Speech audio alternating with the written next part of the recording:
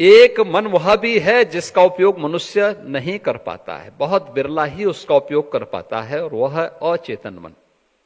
बहुत बड़ा मस्तिष्क का आपका बहुत बड़ा हिस्सा ऐसा है, और जिसको धीरे धीरे करके आज उसके कुछ पार्ट को आज हम आर्टिफिशियल इंटेलिजेंस के रूप में उपयोग कर पा रहे हैं, जिसके बारे में भी हम लोग स्वयं जिसके बारे में कार्य नहीं करने देना चाहते हैं। मन को बहुत दबाव डालने में हम लोग घबराते हैं, तो उसका उपयोग वहां से हो रहा है।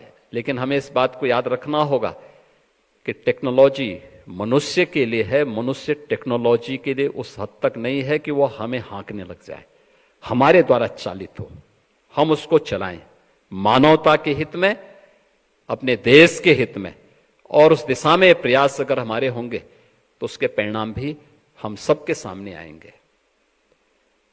मुझे याद आता है, मैं जिस परंपरा से आता हूं, हमारे महायोगी गोरखनाथ जी ने कहा था कि पिंड माही ब्रह्मांड समाया है, यानी जो कुछ भी इस संपूर्ण ब्रह्मांड में है वह सब कुछ आपके शरीर में है।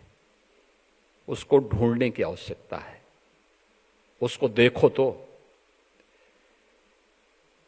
हमारा शास्त्र भी कहता है यथ पिंडे तत् ब्रह्मांडे,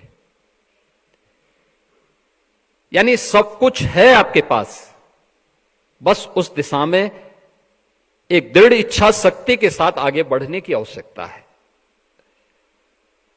और आईआईटी कानपुर इसलिए भी क्योंकि देश का पहला कंप्यूटर तो आईआईटी कानपुर ने दिया था, और इसीलिए जब क्वांटम कंप्यूटिंग की बात आई तो मैंने सबसे पहले आईआईटी के डायरेक्टर को फोन किया। मैंने कहा एक पत्र मुझे तत्काल बना के भेजे, इसको तत्काल हमें आगे बढ़ाना है।